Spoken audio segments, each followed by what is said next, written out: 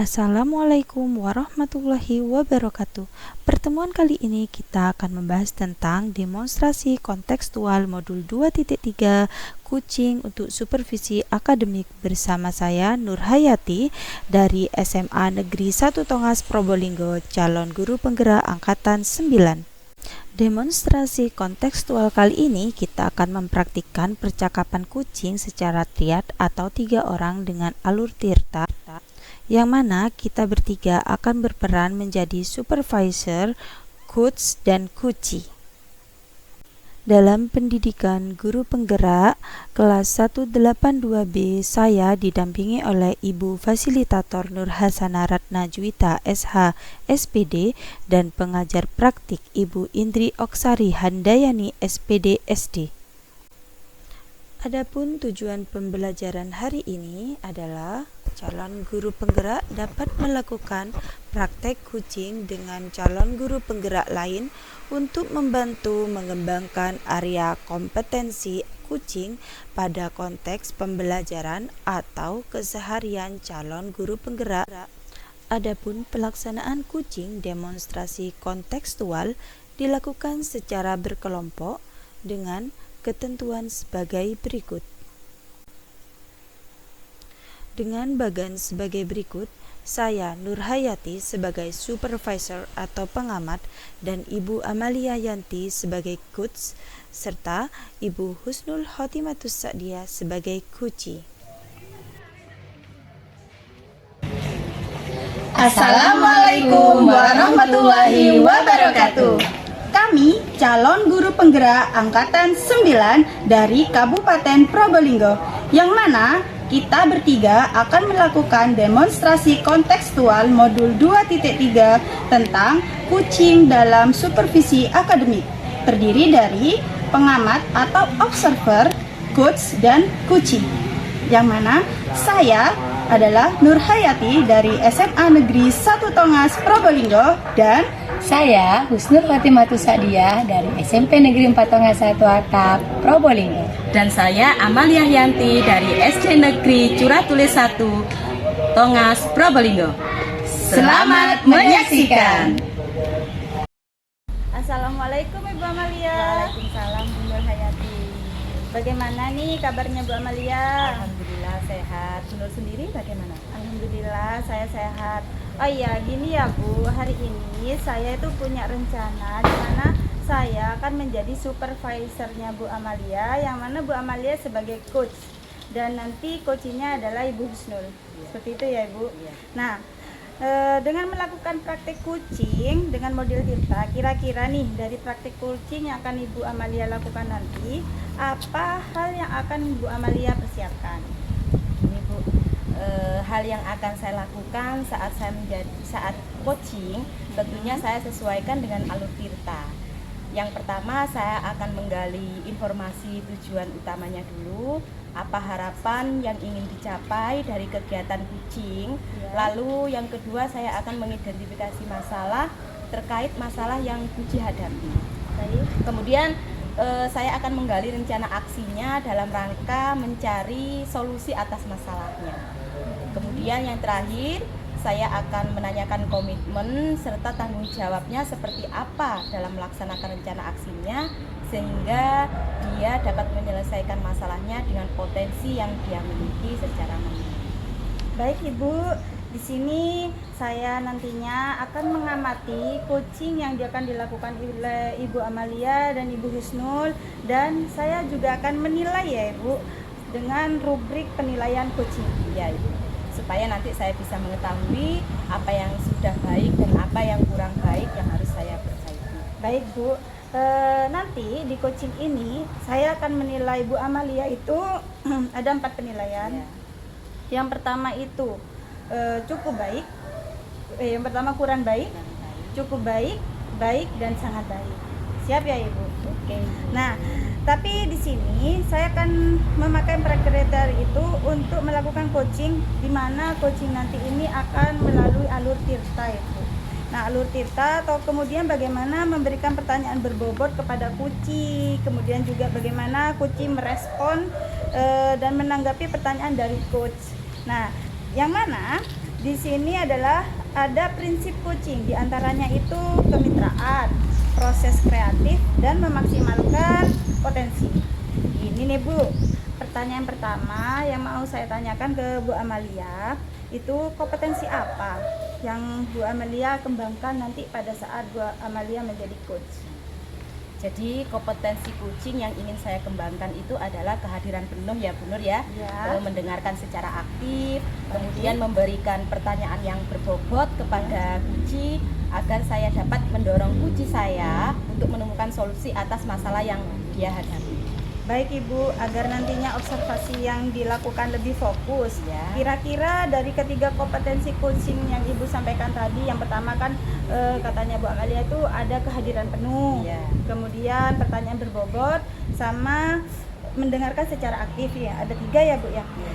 Yang paling fokus dikembangkan oleh Bu Amalia, dan hal apa aja yang akan Bu Amalia kembangkan di kompetensi tersebut? Jadi kompetensi spesifik yang ingin saya kembangkan itu adalah mendengarkan aktif dan memberikan pertanyaan yang berbobot itu. Oh, seperti itu. Nah, kemudian yang terakhir ini ya Bu ya, indikator ketercapaian dan tujuan pengembangan yang seperti apa yang ingin Bu Amalia harapkan? Saya ingin coach saya itu menemukan solusi Bu dari permasalahannya sendiri. Baik. Kemudian saya dapat menemukan langkah-langkah penyelesaian dalam permasalahannya nanti coachnya itu. Oh, seperti itu ya Iya. Ibu. Nah, baik Ibu, demikian dulu ya pra observasi kali ini, dan saya akan menyimak dan menyaksikan bagaimana Bu Amalia melakukan coaching bersama Ibu Husnul. Terima kasih Bu Nur ya. Baik, monggo kita melakukan coaching ya Bu. Iya. Assalamualaikum Bu Yanti. Waalaikumsalam Bu Husnul. Oh, Bu Yanti punya waktu sebentar? Boleh ada.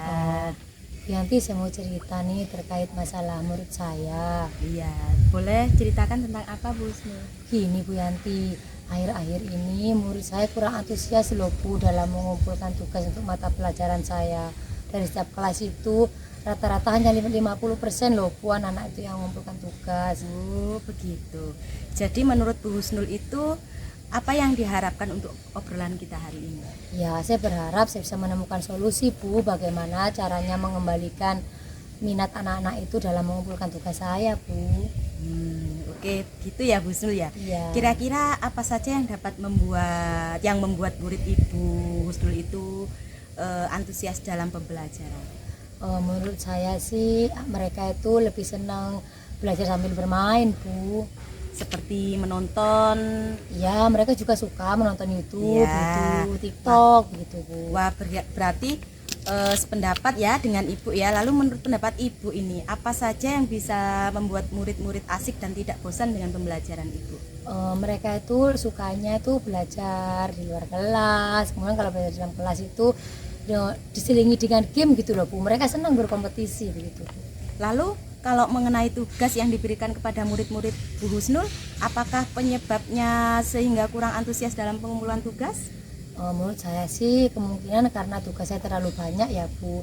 Terus tugas saya sih hanya berupa teks saja dan sumbernya ya hanya dari buku-buku perpustakaan saja Bu. Oh begitu. Kalau boleh tahu ini Bu Husnul ya, Ya, Bu Husnul menggunakan sumber belajar apa ini di dalam kelas? ya hanya buku teks saja Bu, buku paket misal, terus kemudian sedikit buku-buku yang dari perpus sebagai sumber penunjang. Oh begitu ya. Nah betul sekali Ibu. Saya yakin sekali dengan apa yang bisa Ibu gunakan untuk berbagai macam sumber ini, sumber belajar ini pasti akan membuat murid-murid antusias dalam pembelajaran. Iya itu. Jadi sekarang apa rencana Ibu Husnul ini untuk menyelesaikan masalah ini? Rencananya Bu, saya ingin membuat pembelajaran yang menarik untuk anak-anak saya. Kemudian saya juga ingin memberikan tugas yang bervariasi Bu, sesuai dengan minat belajar mereka. Bagus sekali ya Bu Husnul ya. Kemudian rencana Ibu ini kan sudah berhasil ya. Apa komitmen terhadap rencana Ibu kali ini? Ya Bu, komitmen saya yang pertama, saya akan melaksanakan pembelajaran sesuai dengan kurikulum Merdeka. Kemudian saya juga akan memberikan materi dan sumber belajar yang lebih bervariasi kepada anak didik saya, misalnya dari YouTube, TikTok, atau juga bisa dari blog ya, dan artikel yang bisa mereka kunjungi di internet. Bagus sekali ya Bu Husnul ya, sangat mendukung ya. Mudah-mudahan semua berjalan dengan lancar. Amin. Sesuai dengan harapan Ibu Husnul. Amin. Demikian untuk perbincangan hari ini ya Bu Husnul ya. Ya, terima kasih Bu Yanti ya sudah membantu saya menemukan solusi dari masalah yang saya hadapi di kelas saya, Ibu.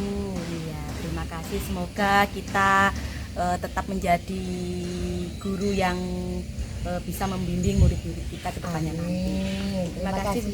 Terima kasih ya Bu Husnul ya. Ya, sama-sama Bu Yanti. Assalamualaikum. Waalaikumsalam.